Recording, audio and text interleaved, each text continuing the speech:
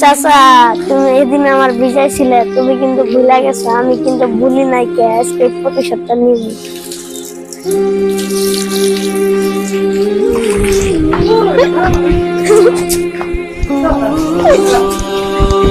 না তুমি আমার ধরা পারবো না, ধরা পারবো না।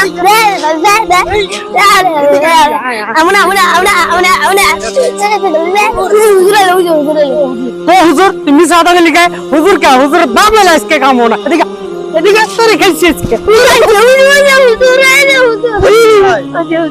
হুজুর আসসালামু আলাইকুম। ওয়ালাইকুম আসসালাম। এই ছেলে কেন ধরে মারতেছেন কে? না হুজুর এমনি একটু খেলা খেললাম।